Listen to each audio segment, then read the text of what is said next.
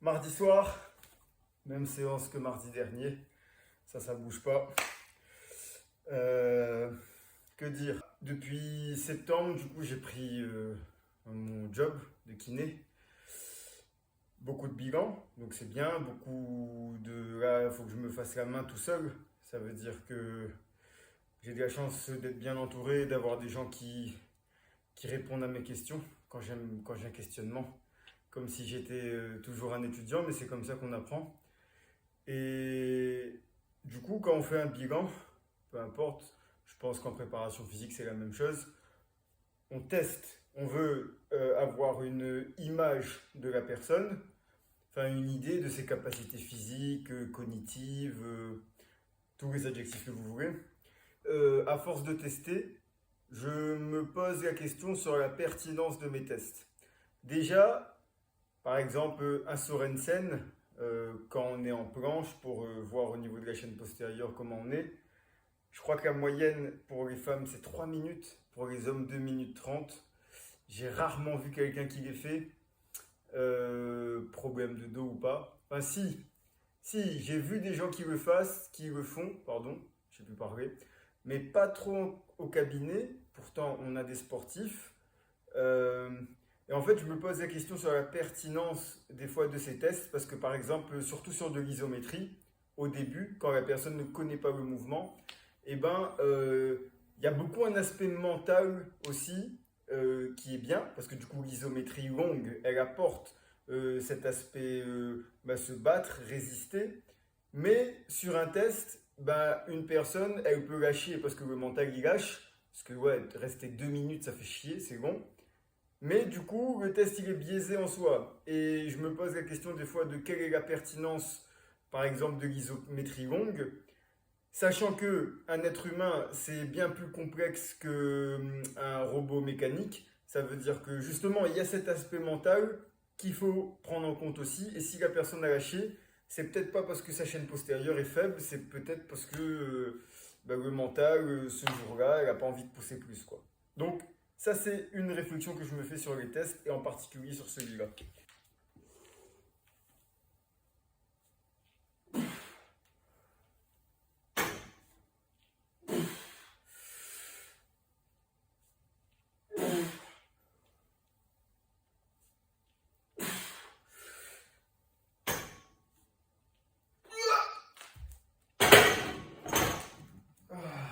Déjà, je me pose la question, est-ce que mes tests, ils sont utiles?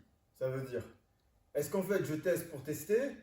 Parce que je me suis retrouvé plein de fois à faire ça, à faire 20 000 tests là, prendre plein de données, et au final, j'en fais rien de mes données. Donc je me dis, mais gros, arrête de perdre du temps là-dessus, et passe. Ça veut dire que des fois, aussi, si je fais une parenthèse, c'est que quand on est en séance sur des mouvements globaux, eh ben on se rend compte que, ah ouais, peut-être là, cette partie du corps, cette amplitude-là, c'est pas trop ça. Viens, on teste un coup, on regarde, et ouais, merde, du coup c'est flagrant.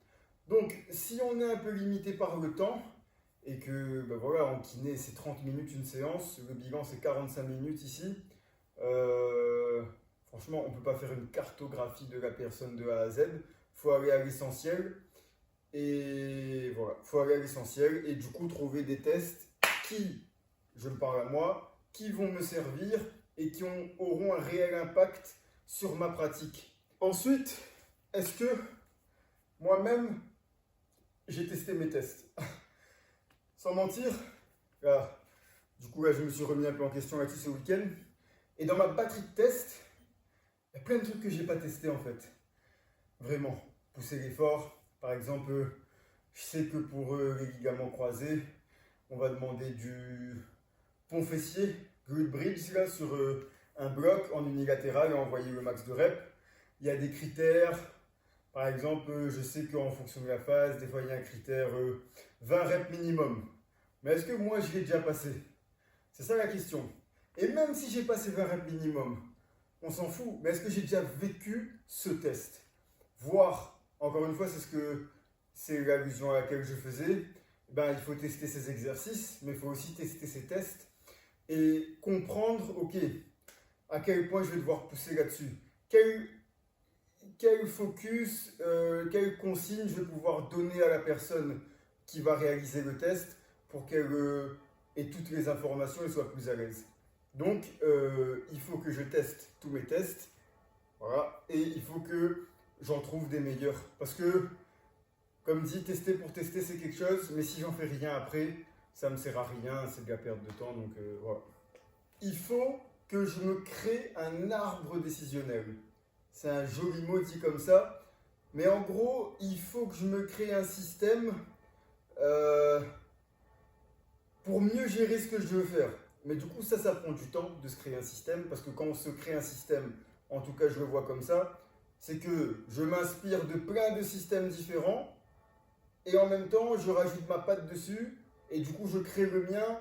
Mais en fait, j'ai pas vraiment créé, parce qu'il y a quand même des systèmes solides qui tiennent la route, et sur lesquels on peut compter.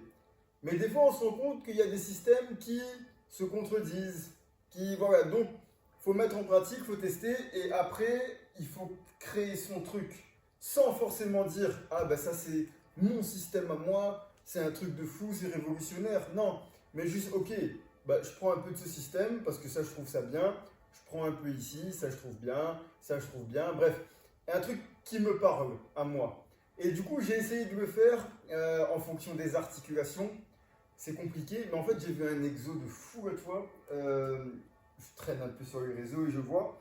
Et c'était d'alterner une pronosupination au niveau de la cheville, d'accord?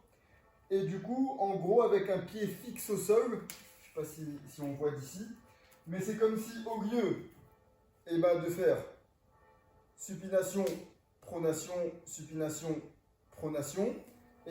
je vais carrément jouer mon pied fixé au sol et changer le point fixe et le point mobile où ça va être mon tibia qui va bouger au-dessus de mon articulation pour créer cette pronosupination au pied.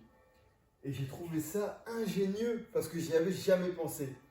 Mais pour penser à ça, il faut peut-être avoir un système beaucoup plus global. Ça veut dire se dire, ok, j'ai deux articulations, ok, qu'est-ce que je peux faire déjà?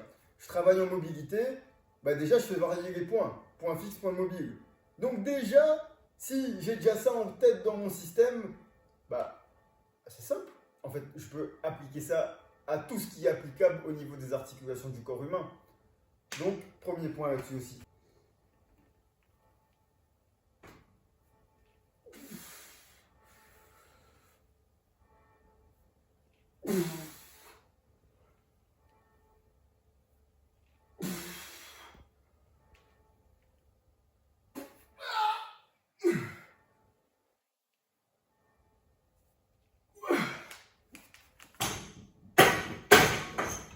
Toujours dans le même concept d'avoir un système et de savoir ce qu'on fait, si je reprends ce même exo, je me dis ok, par exemple entorse de cheville externe, le classique, un peu du mal à aller dans cette position en extrême parce que c'est pas agréable, et au lieu de faire un truc d'isolation là-dessus, comme le temps est compté aussi, je peux remettre en charge sur un Cossack squat, d'accord, et venir dire, là, tu vois ton pied, tu viens fermer l'angle en intérieur, du coup, qui va créer cette supination au niveau de la cheville, ici, là, et venir, du coup, s'exposer à cette position.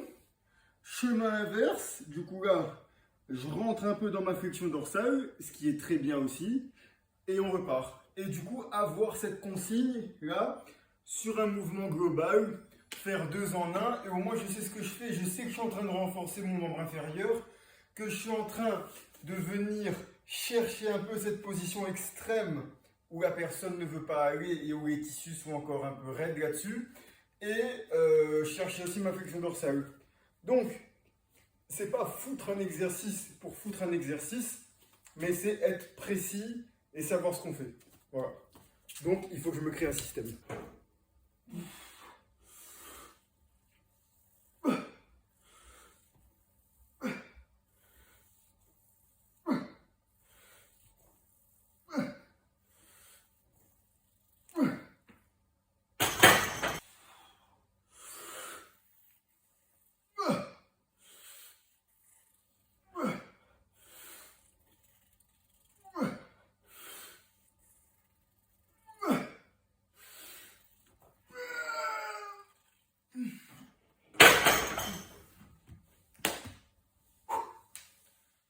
surcharge progressive comparé à la semaine dernière. 3 kilos en plus. Avant, je pensais qu'il fallait forcément monter de 5-10 kilos. Mais du coup, je progressais jamais. Et voilà, les 0,5, les 1, 1,5, 2, faut pas oublier. C'est bien de pouvoir s'entraîner seul. Là, j'ai de la chance, franchement, d'être dans une salle comme ça avec du bon matos. Je peux crier, je peux laisser libre recours à mes émotions et être moi-même. Parce que c'est vrai, avant j'allais à la salle par exemple et je comprenais pas les gars qui criaient dans la salle et mais en fait, comme dit, chacun son avis là-dessus et chacun sa façon de faire. Mais je me rends compte que pour être pleinement dans ma séance à fond, eh ben, il faut que je vive ces émotions. Ça veut dire que si j'ai envie de crier, ben, je m'en fous, je crie, et ça donne de la patate. J'ai fait un module Strong First, c'est une école de force, et en gros, il montrait bien que quand par exemple tu fais ton bracing in English, et que tu vas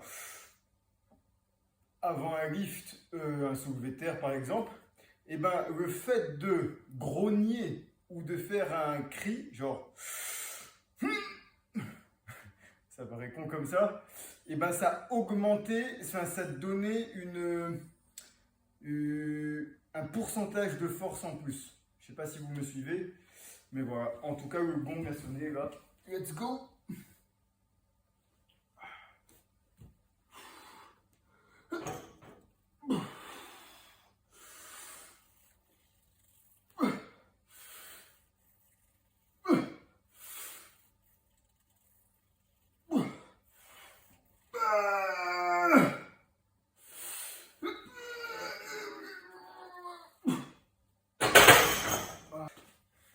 En ce moment, je vis ma passion à fond.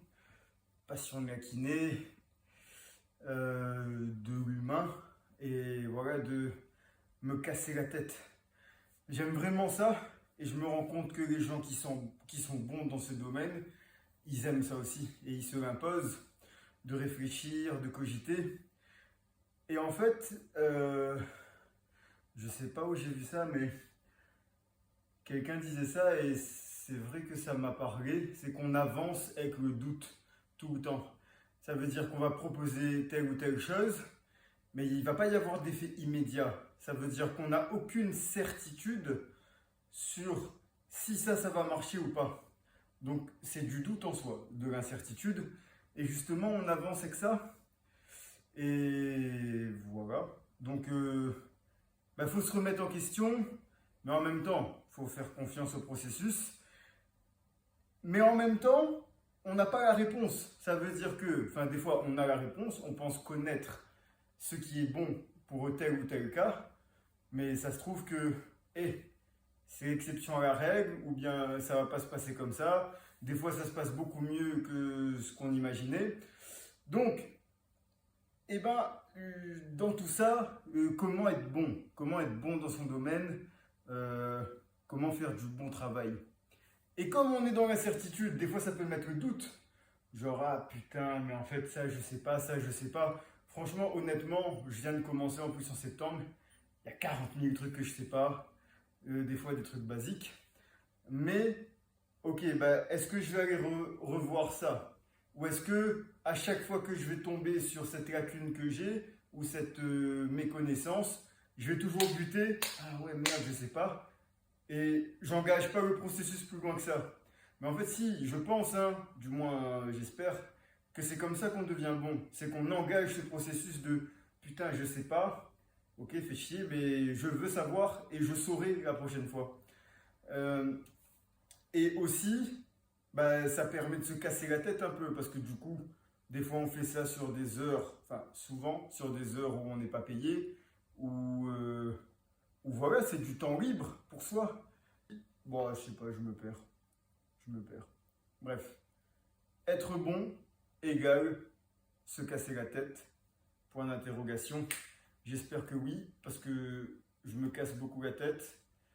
Mais j'apprends plein de choses.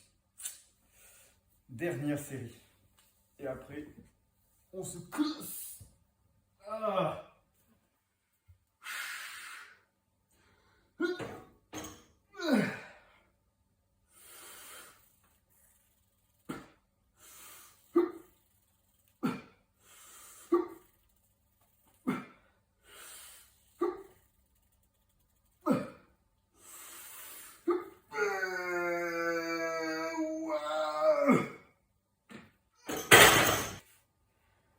En parlant de tests, que je teste pas, j'ai fait 3 side hop tests aujourd'hui. J'ai déjà fait un en cours, mais ça remonte. Donc, let's go.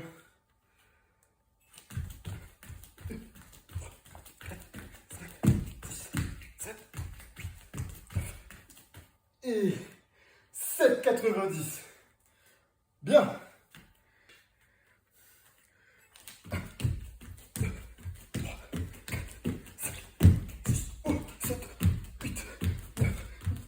Et 8,21.